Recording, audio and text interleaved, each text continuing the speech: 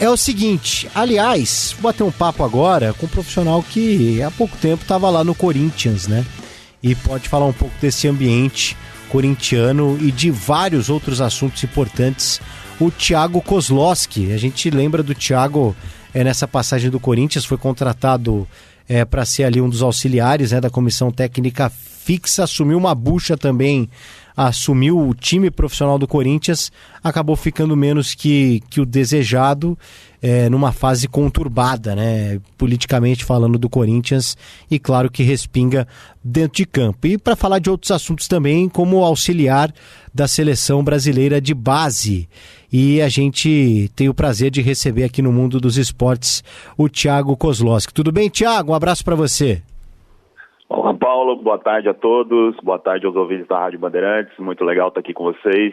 Muito obrigado pelo convite, né? E espero aí que nos próximos minutos aí a gente possa ter um bate-papo legal, esclarecedor aí sobre os temas aí que a torcida tem curiosidade, né?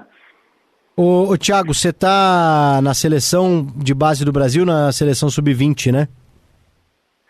Eu fiquei dentro da seleção durante quase 4 anos, né? Foram mais de 50 jogos oficiais, 5 títulos pela seleção brasileira sub-20 e também tive passagem pela seleção brasileira principal, né? Tive 3 jogos com a seleção brasileira principal e agora com a saída do Ramon eu também saio junto com ele da seleção sub-20, então não faço mais parte agora desse processo, desse novo ciclo que se inicia dentro da seleção agora, visando o próximo Sul-Americano e o Campeonato Mundial também. Como é que foi? A gente, nos últimos tempos, a gente viu a seleção decepcionando em alguns momentos, chegou a ganhar também títulos, né, nesse período, mas esse último recorte da seleção não foi muito legal, né, Thiago? E o Ramon ficou muito marcado por isso, talvez. Você que acompanhou de perto, assim, o que dá para diagnosticar a respeito hoje da seleção de base? Ô Paulo, muito legal você ter feito essa pergunta, porque às vezes os profissionais não têm essa oportunidade de explicar algumas situações que fica fora um pouquinho do conhecimento do público, né? Até mesmo dos jornalistas esportivos, enfim, que cobrem, né? A seleção sub-20 ela é uma situação muito difícil de ser trabalhada dentro do futebol brasileiro. Por quê? Porque todos os torneios eles não são data FIFA, ou seja, eles não têm a obrigatoriedade de liberação dos atletas. E a seleção brasileira sub-20 ela conta com todos os seus atletas já ou titulares ou protagonistas das suas equipes. Ou seja, o treinador ele tem a condição de treinar um time, mas ele vai jogar com outro, né? Então a gente sofreu demais no último Sul-Americano que nós ganhamos. Nós já tivemos, eu lembro que nós tivemos acho que mais de 20 negativas, ou seja, 20 jogadores convocados que não foram liberados. E nós tivemos que ir para o Sul-Americano com 7 ou 8 jogadores que nunca tinham vestido a camisa da seleção brasileira, porque você tenta a opção A, a opção B, a opção C, a opção D, aí você tem que ir para opções que realmente ainda não foram testadas, né, dentro de um cenário de competição, né? E aí, dentro da competição, os garotos têm que aprender a jogar, né? A competição sul-americana é difícil, né? Nós estreamos contra a Argentina, tivemos uma derrota dura, os meninos sofrendo demais naquele jogo, né? Mas a gente conseguiu uma recuperação incrível e conseguimos o título. Nessa última Copa do Mundo, a gente teve um período muito curto de preparação, foram 5 dias de treino, né? Alguns jogadores chegando em cima da hora, porque estavam servindo seus clubes, né? E pegamos uma chave muito difícil, né? O atual campeão, que foi o Marrocos, estava na nossa chave, Espanha, que é a atual campeã europeia, a equipe do México, que é a atual campeã da CONCACAF. Então, a gente pegou uma chave muito dura, mas infelizmente com uma equipe que a gente não treinou, né? Então nós tivemos muita dificuldade na montagem da equipe. Como a gente já teve dificuldade no Sul-Americano, aqueles jogadores que foram para o Sul-Americano foram muito valorizados, como é o caso do Bidon, do Ryan, do Pedrinho, né? E esses jogadores não puderam servir a seleção no Mundial porque já eram titulares dos clubes e a gente infelizmente não teve a liberação. Então a dificuldade passa muito por aí, né?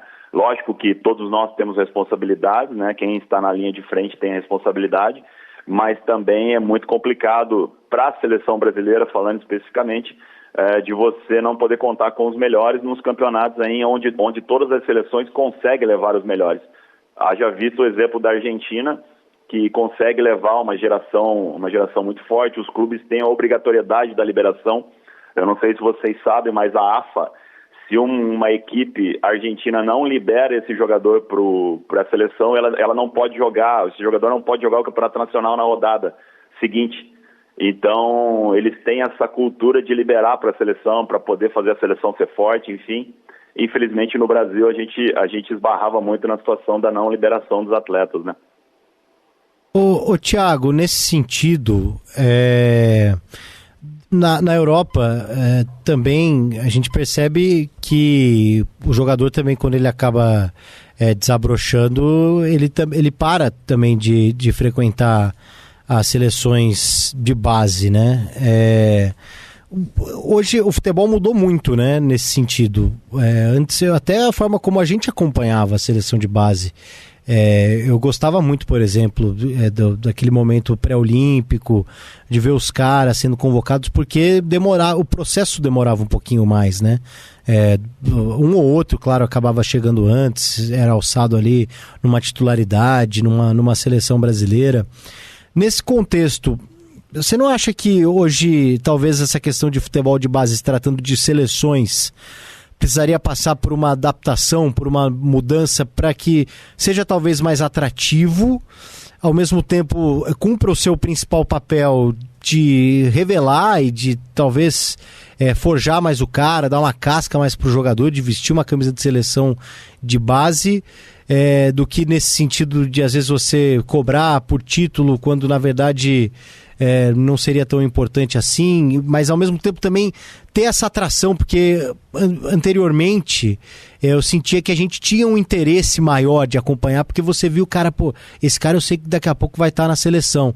E aí você disse muito bem, tem muito jogador que é desconhecido, porque vai numa linha de corte, e aí também acaba não sendo uma atração para as pessoas acompanharem, né, Thiago? É verdade. Eu acho que no primeiro momento, para a gente resolver o problema de todas as seleções para que os campeonatos de base sejam mais atrativos, e principalmente falando da categoria sub-20, porque na 17 não acontece muito isso, porque são muito poucos jogadores que não são liberados, né, ou não têm a liberação pelos seus clubes, porque a maioria ainda joga nas categorias de base, né? Mas na seleção sub-20 praticamente são todos profissionais. Então acho que um fator que seria importante para a FIFA é poder transformar como obrigatório, né? Ser data FIFA os torneios, né?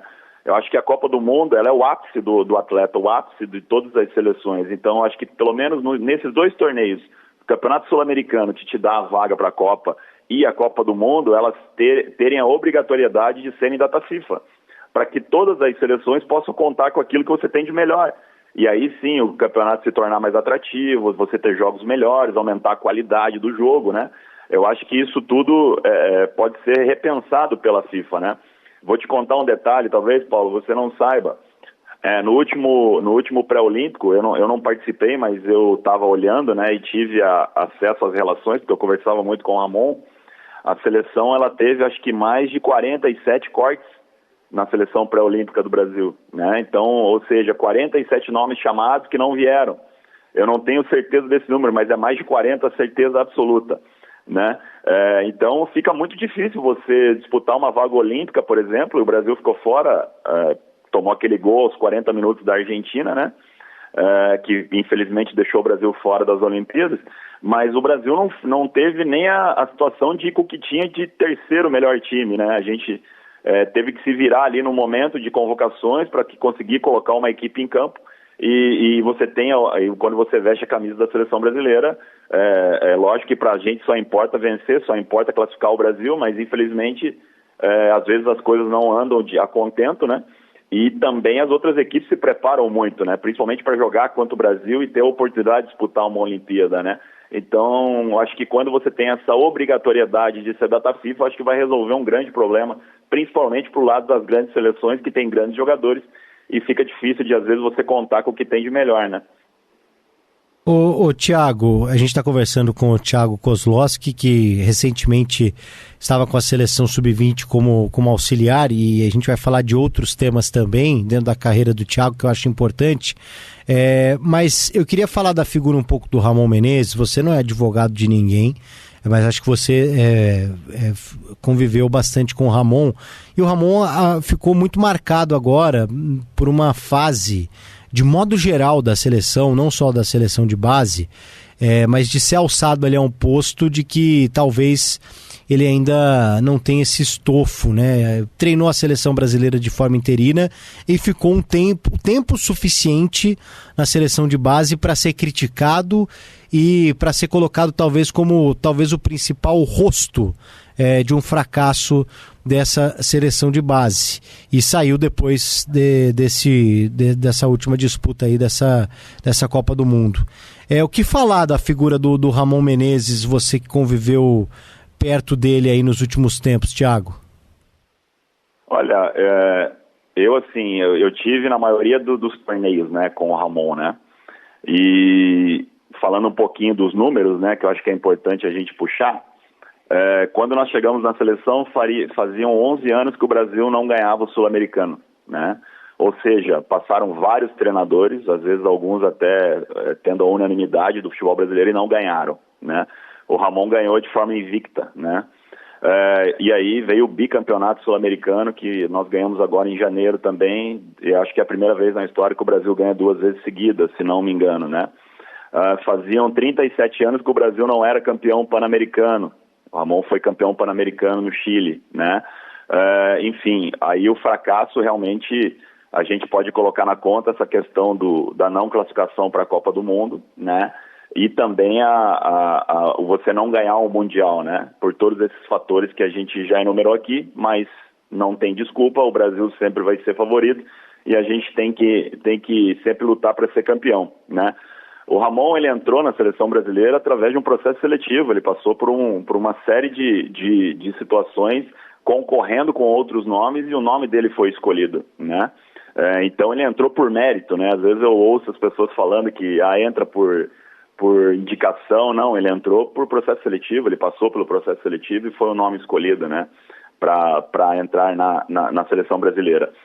E eu estive com ele todo esse processo, então eu acompanhei a dificuldade que era, porque às vezes as pessoas pensam que não, ele vai contar com o que tem de melhor, e como eu enumerei para vocês aqui, não, você não tem o que... eu acho que uma vez ou outra, em 2 convocações, nós conseguimos levar aquilo que a gente queria, dentro daquilo que a gente imaginava que o Brasil tinha de melhor da categoria sub-20, né? No processo de pré-olímpico, é isso que eu falei para vocês, né? A equipe nenhuma vez treinou junto, aquela equipe, né? Já foi para um pré-olímpico, e no Mundial agora, esse último, infelizmente a gente teve muito pouco tempo de preparação e aconteceu aquilo de sair na primeira fase, né? Mas o Ramon é uma pessoa muito trabalhadora, Paulo, um cara muito estudioso, foi um grande jogador, um cara que tem uma inteligência de jogo fantástica pelo jogador que foi, né? É um profissional que fez todos os cursos aí que você possa imaginar de treinadores. Eu estive com ele na maioria deles, né? Desde a licença C até a licença Pro, dentro do cenário da CBF, né? Que é o nosso cenário aqui dentro do continente sul-americano. É um cara que respira muito futebol. No Vasco fez um grande trabalho, né? A gente chegou a ser líder do Campeonato Brasileiro, mas infelizmente por essa necessidade que a gente tem no futebol brasileiro, às vezes você tem uma oscilação, e era um ano político no Vasco, muito conturbado, né? Enfim, deu-se pelo desligamento dele contra a vontade do grupo, né? E aconteceu o do Vasco ser rebaixado, né, naquele ano. Imagina você ser líder do campeonato e depois ser rebaixado, isso teve, né? Então, assim, agora, às vezes as pessoas falam de falha, essa situação, mas eu vejo por outro lado, os números são muito a favor dele, né? Tanto que a gente vai ver quem vai entrar no lugar, né? E vocês vão ver que esse profissional, se não mudar as situações que acontecem dentro dos torneios, esse profissional que vai entrar também vai ter a mesma dificuldade. Talvez você entreviste ele lá na frente, Paulo, e ele vai falar as mesmas coisas que eu estou falando para você aqui, que ele não tem a condição de contar com os melhores, as preparações são curtas, enfim, né? mas eu acho que o balanço geral da passagem do Ramon foi muito positiva. Ele teve mais de 50% de ganho dos títulos dos torneios que ele disputou, mas infelizmente fica marcado por esse Mundial, né, e também pela não classificação do Brasil nas Olimpíadas, no qual eu tenho certeza que ele já falou, eu também falo aqui, que ele assume toda a responsabilidade, sabe disso, mas às vezes as pessoas não têm noção da dificuldade que é, e eu contei um pouquinho para você aqui, então talvez mude um pouquinho aquele conceito que se tem em relação ao resultado, sabendo do que acontece nos bastidores, né? Sim, e o Ramon é um técnico jovem ainda, tem uma carreira longa pela frente e futebol de clubes aí, e tomara que ele tenha a oportunidade aí de mostrar o potencial que ele já mostrou em outras oportunidades na própria seleção, mas em outras oportunidades também. Quem seria esse profissional hoje, Thiago, na sua visão, para tocar um projeto de seleção brasileira de base, nesse sentido, né, de todas as dificuldades, do que a gente tem de material humano, porque talvez o melhor que a gente pode imaginar, o melhor cenário, seria de um profissional atrelado à questão da base. Porque às vezes pode ser um treinador, como o próprio Ramon vinha de trabalhos no profissional, mas talvez para uma seleção hoje seria interessante ter um cara que tem uma ligação quase que umbilical com o futebol de base, que é diferente. Tem treinadores que se dedicam, profissionais que se dedicam integralmente toda a carreira ao futebol de base. E talvez o momento exija isso, né? E até foi falado, por exemplo, um nome que hoje tem um respaldo dentro desse universo, que é o do Alan Barcelos, treinador do São Paulo, por exemplo. Pode vir a ser um treinador de futebol profissional, mas hoje ele tem muito essa força na base. Você acha que é por aí que a CBF deveria, de alguma forma, apostar em profissionais atrelados e ligados totalmente ao futebol de base, Thiago? Olha, concordo 100% com você. Depois que você tem a oportunidade de passar lá, né, de você viver o ambiente de seleção e principalmente as demandas que essa categoria especificamente vai necessitar, eu concordo 100% com a sua opinião de você ir buscar um profissional que tenha essa conexão com a base, né? Esse profissional que já disputou vários campeonatos, conhece vários jogadores, enfim, porque ele vai ter que buscar soluções que talvez ninguém conheça, talvez só ele que viu, jogou contra, né? É uma situação que possa encaixar dentro do trabalho daquilo que ele imagina para a seleção brasileira. E esse nome que você tocou, para mim, hoje seria a melhor opção, porque além de mostrar competência dentro do São Paulo, ganhando títulos, né, que é o mais importante, né, que é o que vai balizar a ida e a manutenção dele dentro da seleção brasileira.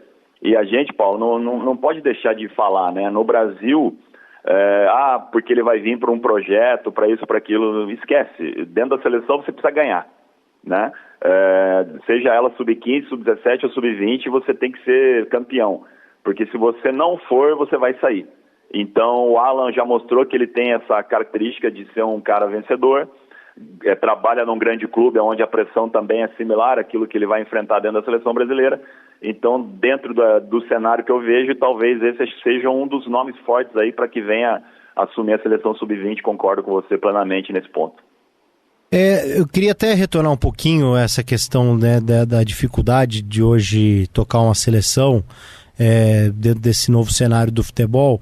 Não seria um caminho, talvez, Thiago, para a própria FIFA, criar hoje a categoria talvez sub-18 e aí você ficar só com ela antes do profissional, se tratando de seleção, e antes talvez ali uma sub-15 ou sub-14, aí você teria uma parte ali de um jogador bem, de uma criança ainda, de jovens que vão desabrochar, e até depois com o sub-18 e depois disso já ser o futebol profissional?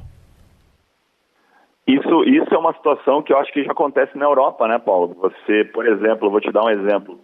Nós enfrentamos a Espanha no Mundial e nós tivemos que estudar duas Espanhas. A Espanha sub-19 e a Espanha sub-18, que até então a gente não sabia qual time que viria para o Mundial, porque eles têm essa divisão dentro do cenário europeu, né? Então eles jogam a sub-17 joga, a sub-18 joga, a sub-19 joga, a sub-20 joga. Eles conseguem ter essa divisão dentro das categorias, o que ajuda bastante, né?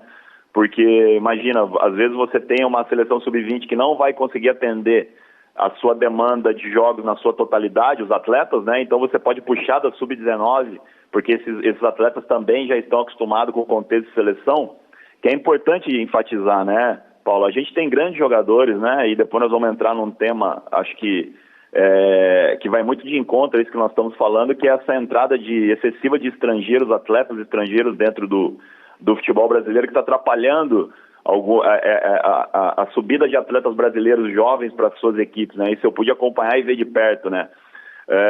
Mas o que acontece é o seguinte: o atleta ele tem que ter a vivência de seleção. É muito difícil você colocar um atleta que nunca viveu uma seleção, seja ela de qual for, colocar num torneio onde é oficial, está valendo, 3 pontos, né? Nós vivemos isso na carne. Nós tivemos 7 atletas que infelizmente nunca tiveram a oportunidade de trabalhar numa seleção brasileira. Convocamos para o Sul-Americano e esses atletas tiveram que aprender a jogar com a seleção dentro do torneio. Então você imagina o cenário: você joga com uma Argentina, perde de 6, e aí você vai para um jogo contra a Bolívia, por exemplo, que se você perde, você está fora do Mundial. Imagina a pressão em cima desses garotos, né?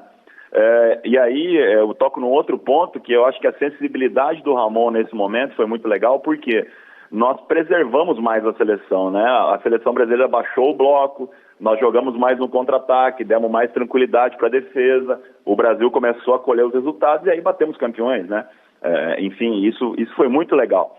Só que quando acaba, por exemplo, o torneio, eu vou olhar, existiam muitas críticas que o Brasil se acovardou, o Brasil é isso, o Brasil é aquilo. Mas, gente, a gente tem que entender o contexto, né? Nós somos Brasil, mas eles são adolescentes ainda, muitos jovens ali de 18, 19 anos, passando por essa experiência. Então, cabe a nós, do corpo técnico, preservar os atletas, dar aquilo que a gente tem de melhor para eles e montar um contexto que aflore tudo que ele tem de bom. Então, foi isso que a gente fez nesse torneio. Nós protegemos os atletas, baixamos um pouquinho o bloco, fomos um pouquinho contra tudo aquilo que nós pensamos de futebol, mas em cima do resultado, em cima da situação de classificar o Brasil para o Mundial. Então, o próximo profissional que entrar ali, ele vai ter que ter muito essa sensibilidade, que ele vai ter que mudar muitas vezes a forma de pensar o jogo, para que ele possa colher o resultado e sim dar continuidade no trabalho dele, porque senão, infelizmente, se não vier o resultado, ele está fora, né? Ô, Thiago, você viveu alguma experiência assim no sentido da dificuldade de lidar, talvez, com uma geração hoje, por conta do futebol, de jogador que ainda nem chegou lá, molecada, empresário, os caras ficam colocando na cabeça de que você já é jogador de futebol, você já sustenta sua família, você já tem grana, alguma situação nesse sentido, e principalmente porque hoje tem também questão de rede social, né, que no outro momento a gente não tinha, e dos malefícios das redes sociais, às vezes, para um menino ainda, para um moleque, né? Você vê a Austrália, por exemplo, de uma maneira geral, proibindo menores de 16 anos de acessarem as redes sociais, de tudo que mexe com a cabeça, talvez de pessoas que ainda não estão prontas, definitivamente prontas. No meio do futebol a gente sente muito isso. E claro, a própria cobrança de imprensa, e do cara desabrochar cada vez mais rápido, de um jogo que o cara vai mal e já não serve, isso tudo, né? Tudo isso que a gente pode englobar, mas o sentido às vezes também da dificuldade de lidar com um menino que às vezes já colocaram na cabeça dele que ele já chegou no nível que ele é maior do que é. Isso você chegou a encontrar nesse tempo de seleção? Sim, muitas vezes, Paulo, muitas vezes. Porque muitas vezes o dinheiro chega antes realmente do atleta mostrar aquilo que ele pode dar, né? A lei do futebol brasileiro, ela complicou um pouquinho essa situação. Por quê? Porque hoje, se um garoto ele se destaca na Copa São Paulo, ou ele é alçado ao profissional e faz um bom jogo, automaticamente o clube é obrigado a aumentar o salário desse atleta para que tenha um aumento da multa, né? Então, para o clube se proteger de uma futura venda ou de outros clubes querer pagarem a multa para tirar essa revelação do seu clube, eles são obrigados a aumentar o salário, né? Então você vê às vezes garotos que não tem 5, 6 jogos no profissional já ganhando salários aí na faixa de 300, 400, 500 mil reais, né?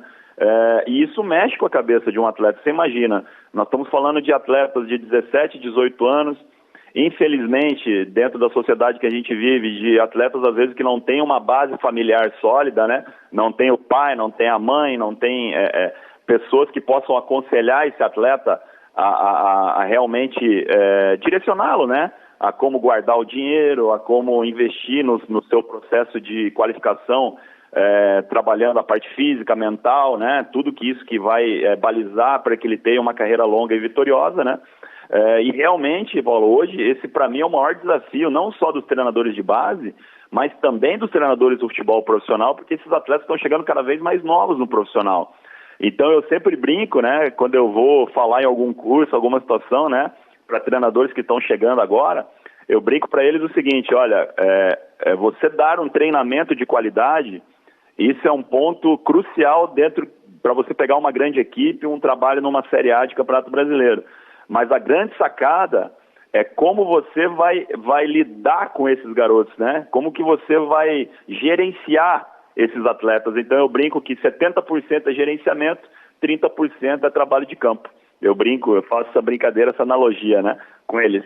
Porque o treinamento bom você vai dar, eles vão responder, mas a maneira com que você vai gerenciar esses atletas é o que vai garantir o seu resultado ou não. Porque como a gente está com uma geração diferente da época dos anos 90, né, dos anos 2000, essa é uma geração que tem muito acesso à informação, né?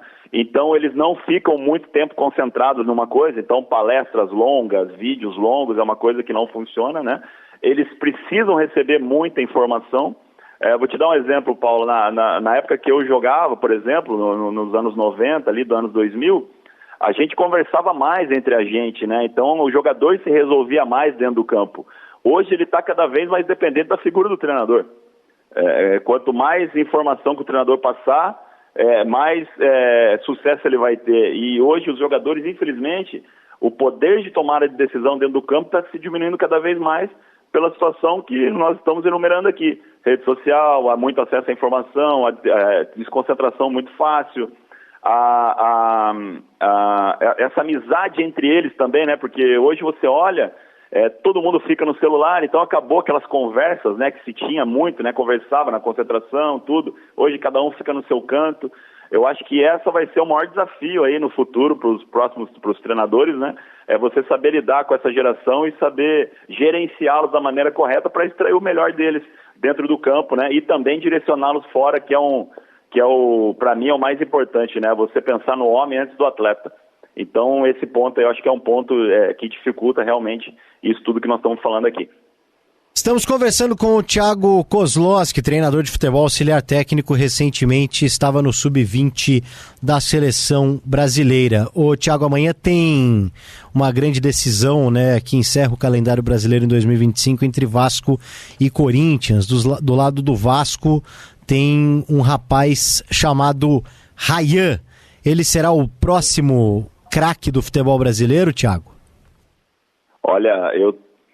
Olha, o Ryan eu tive a oportunidade de ver muito de perto, né? Eu trabalhei com o Ryan aí 3 anos praticamente, e nós chamamos o Ryan para a seleção quando ninguém conhecia o Ryan, né? Quando o Ryan ainda estava na base do Vasco, né? É um atleta de muito potencial, um biotipo fantástico para a posição, lembra muito o Adriano, né? O Imperador, assim, a maneira, o atacante alto, forte, né? Um menino que tem uma potência muito forte fisicamente, arranca muito forte, consegue ter um contra um muito, ele ganha muitos duelos nesse sentido, né? E finaliza como ninguém, né? E o Ryan melhorou demais a situação dele sem bola, né? Eu pude acompanhar essa evolução dele, era uma situação que a gente cobrava muito dele, e tenho certeza que o Diniz também bate muito nessa tecla, que é a situação sem bola, a disciplina tática de você marcar, de você preencher os espaços sem a bola.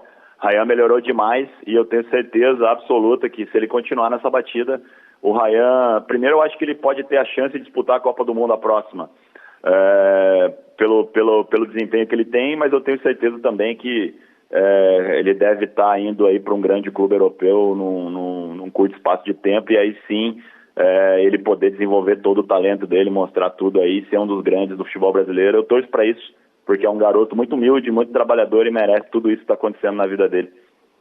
Eu também levaria o Ryan para a Copa do Mundo, ainda mais são 26 vagas, né? A gente, normalmente, algumas seleções, a gente viu o Ronaldo em 94, o próprio Kaká em 2002, às vezes o cara não precisa ir lá para decidir, né? Mas já para pegar uma casca, a intenção é que o Ancelotti continue na seleção para o próximo ciclo, e também, por que não, né? Num jogo ou outro ali, às vezes o cara também entra, tá iluminado e pode definir ainda mais a estrela que tem o Ryan, 19 anos. Qual a idade certa para você, Thiago, para o jogador deixar o futebol brasileiro e ir para a Europa? No sentido de, para não precisar muito de adaptação, porque a gente viu o Endrick vendido com 16, o Estevão também só esperando fazer 18, entre outros. O Ryan tá aí com 19, né? Ainda não foi vendido.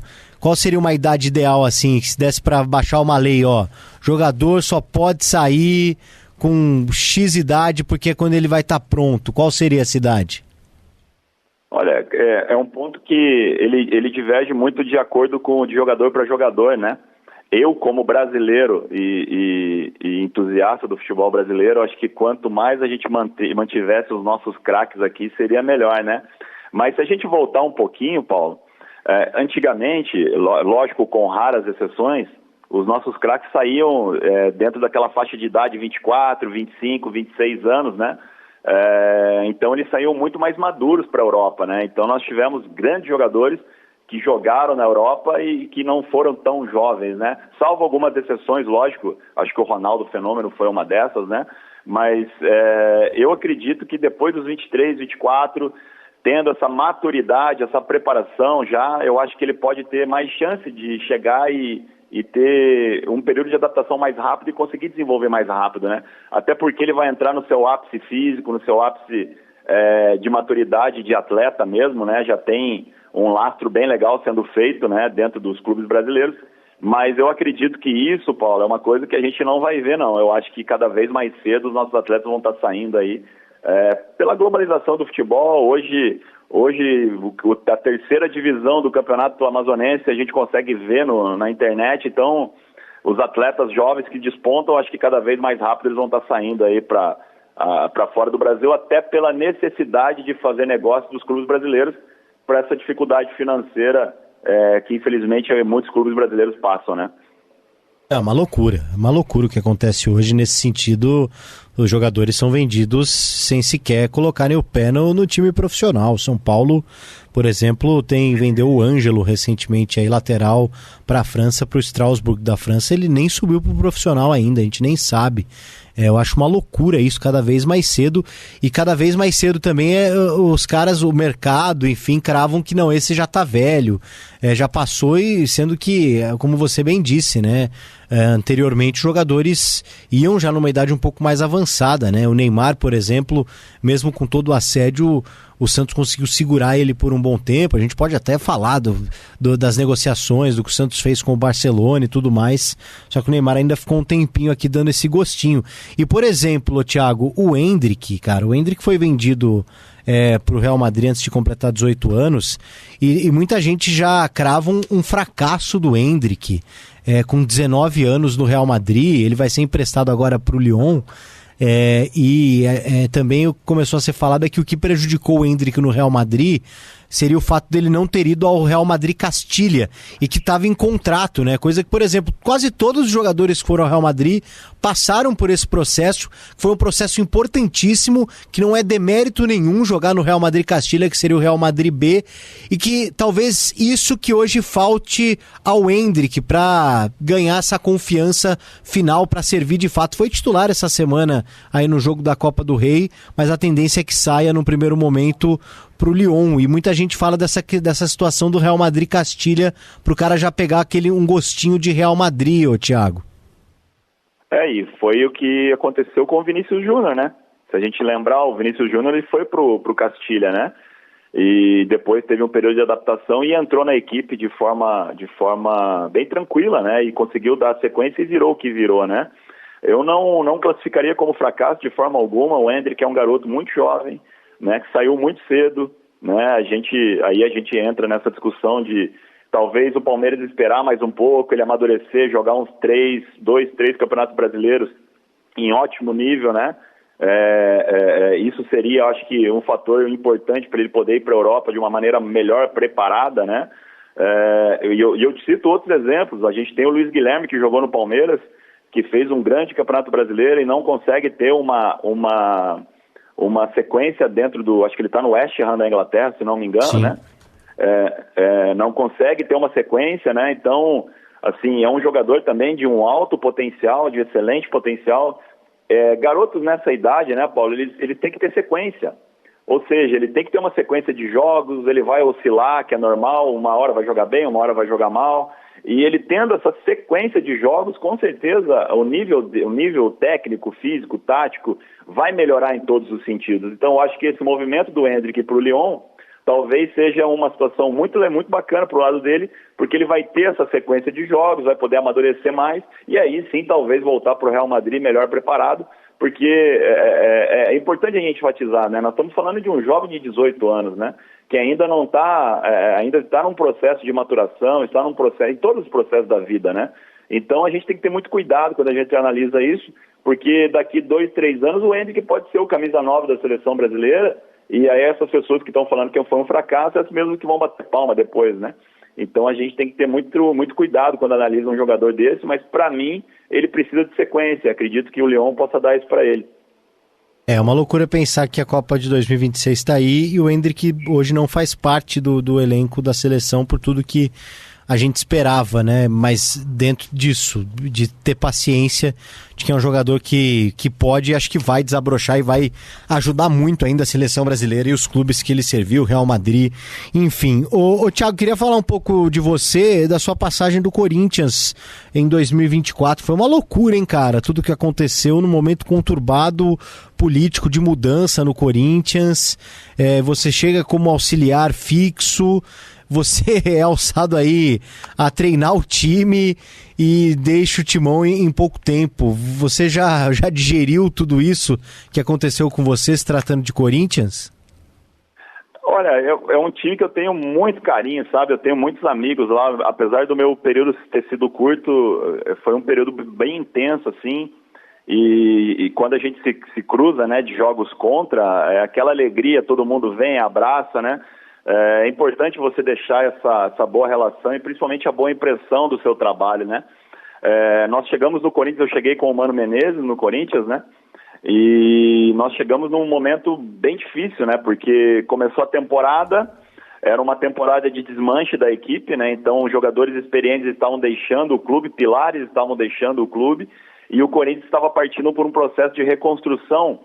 E, paralelo a isso, um processo eleitoral, né, que a gente sabe o quanto é difícil, eleições dentro de uma equipe grande, e no Corinthians é o dobro, né, tudo é maior, né. Então, o Mano teve muita dificuldade, né, porque começou o Campeonato Paulista, nós, em muitas situações, nós não tivemos nem a oportunidade de contar com os garotos do Sub-20, porque estavam na Taça São Paulo, né, e o Corinthians foi o campeão da Taça São Paulo nessa edição, com o Danilo, né. E teve jogo, eu lembro que nós fomos para um jogo com 4 meninos do Sub-17 e o Mano acho que tinha 2 trocas só no jogo para fazer. Nós tivemos muita dificuldade, né? Mas se a gente olhava para frente e via um cenário positivo, porque contratações estavam chegando, nós íamos poder ter um tempo de treinamento antes do Campeonato Brasileiro, né? Então, infelizmente, a gente sabe como é a realidade de futebol brasileiro. Quando o resultado não vem, o primeiro a dançar realmente é o treinador, né? E, infelizmente, com a saída do Mano, o Corinthians fez o convite para que eu pudesse ficar como o auxiliar da casa, porque naquela situação ainda o Corinthians não tinha esse profissional, né? E aí conversei com o Mano, através da aprovação dele e do Corinthians, eu permaneci e tive que fazer o jogo contra o Santos na Vila, né? Até a contratação de um novo profissional. Infelizmente nós perdemos esse jogo por 1-0, mas o Corinthians fez um jogo bom, teve bola na trave, enfim, né? A gente não conseguiu empatar, Mas ficam as lições, né? Primeiro a honra de ter trabalhado no Corinthians, espero um dia voltar, né? Tenho muito carinho pelo clube, muito carinho pelas pessoas que lá estão e também muito respeito pela torcida, mas é um clube que realmente tomara que se ajuste, tanto no aspecto político, que eu acho que é importante enfatizar, no aspecto financeiro, porque o Corinthians, de uma forma ajustada, para mim vai ser a grande potência aí do futebol brasileiro, se ajustar politicamente e economicamente falando, porque a torcida realmente não tem nada igual. Eu nunca vi nada igual de todos os clubes que eu trabalhei, a torcida do Corinthians.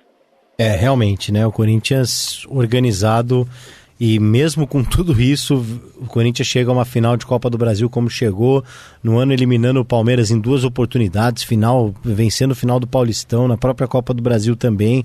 Hoje equipes que vivem realidades diferentes, claro que quando a bola rola dentro de um clássico, as coisas às vezes se igualam, mas é uma loucura você pensar a potência que tem o Corinthians e sobrevive, né? Segue em frente apesar disso, e claro que seria importante mais responsabilidade, né? Dirigentes mais responsáveis, para dizer o mínimo. Ô Thiago, você é um cara acadêmico dentro do futebol, você tem as licenças hoje, tudo que se exige, formação internacional, você foi trilhando passo a passo, né, dentro do futebol, trabalhou em ambiente de seleção brasileira. O que você vislumbra daqui para frente? Olha, a minha carreira é continuar, né? Eu tive a oportunidade de ser treinador de Série A com o Coritiba, né? Tive a oportunidade de jogar contra grandes clubes em cenários realmente bastante difíceis, né? Infelizmente, eu peguei o Coritiba no pior cenário da sua história, com 18 resultados negativos, né? E graças a Deus, ao final da minha chegada lá, em 27 jogos, tivemos 9 vitórias, enfim, dentro do Campeonato Brasileiro, que é tão difícil. E aí eu fiz uma opção pessoal, realmente, em 2024, a voltar a ser auxiliar, né?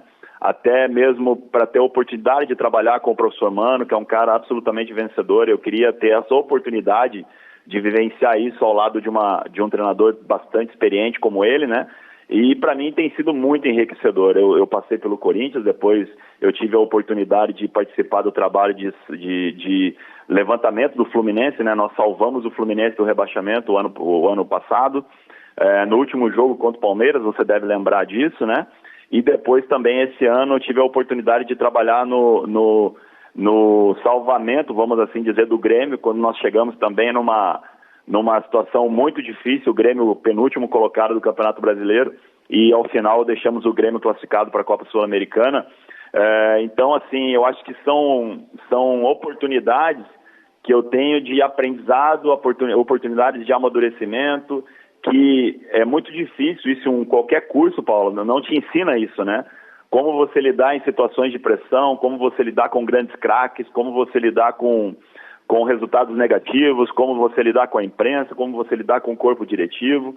E isso eu estou tendo uma aula de pós-graduação e mestrado com o Mano Menezes, eu fico muito feliz de estar trabalhando com ele. Então a minha sequência de carreira nesse momento é trabalhar com o professor Mano, e aí sim, lá na frente, seguir meu caminho como técnico, que eu acho que vai ser o caminho natural das coisas.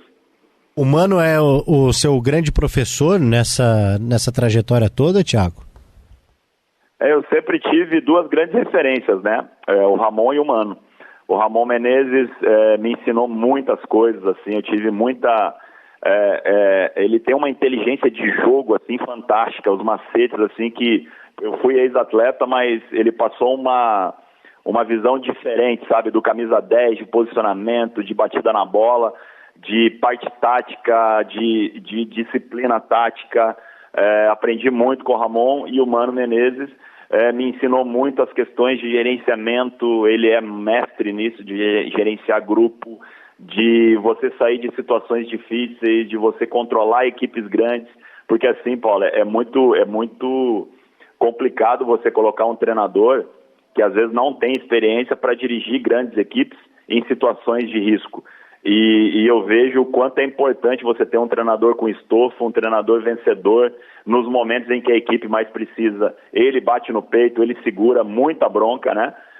Então eu pude ver isso ao vivo, em loco, em várias oportunidades, o Mano salvando grandes equipes, como o Fluminense, como o Grêmio, enfim, assim, que eu tive a oportunidade de ver e participar do trabalho. Então, esses realmente, o Mano Menezes é minha grande referência como profissional, e é um cara que eu admiro bastante, como pessoa e como treinador, porque a pessoa vem antes para mim, sabe? Então, é um cara sempre que foi muito correto, um cara que às vezes é duro, né? Mas é o jeitão, né? Mas muito correto, muito honesto, muito profissional, e são valores que eu levo também para minha vida, e são valores que eu vou procurar também, enquanto treinador, levar para mim. Ô, Thiago, para fechar com você, o próximo passo na sua carreira vai ser o próximo passo também o mesmo do Mano Menezes, ou você está aberto para outras situações? Não, como eu te falei, nesse primeiro momento, o meu próximo passo, tomara que seja com o professor, junto com o professor, né? Mano Menezes, eu faço parte da equipe técnica dele, né? Então, agora, a gente saiu do Grêmio depois do fim do Campeonato Brasileiro. Nós não tivemos o nosso contrato renovado por uma questão de mudança de presidência, enfim, né? Isso é uma coisa normal e corriqueira dentro do futebol. Então, agora a gente esperar as novas oportunidades, e tenho certeza, como ele é um profissional aí muito bem visto no mercado, um profissional realmente acima da média em todos os sentidos, eu acho que daqui a pouco, com certeza, vai estar aparecendo uma oportunidade aí para ele. Eu espero poder estar junto com ele nessa próxima empreitada. E aí, assim, lá na frente, quando for o tempo necessário, aquilo que eu achar que está na hora, aí sim eu poder seguir minha carreira aí como treinador. Boa, Thiago. Boa sorte para você na sequência da carreira, como auxiliar, como treinador. Acho que o futebol brasileiro precisa dessa renovação, né? De gente competente, gente nossa aí que toque o barco com conhecimento de base, de profissional, humana. Então é importante a gente sempre destacar isso. Então, que você tenha uma longa carreira aí, brilhante carreira pela frente, viu, Thiago? Obrigado pelo papo. Muito obrigado, um prazer estar aqui com vocês, um abraço grande aí, um Feliz Natal, um Feliz Ano Novo aí para você e toda a sua família, e para todos os ouvintes aí da Rádio Bandeirantes. Muito obrigado. É isso, um abraço, Thiago.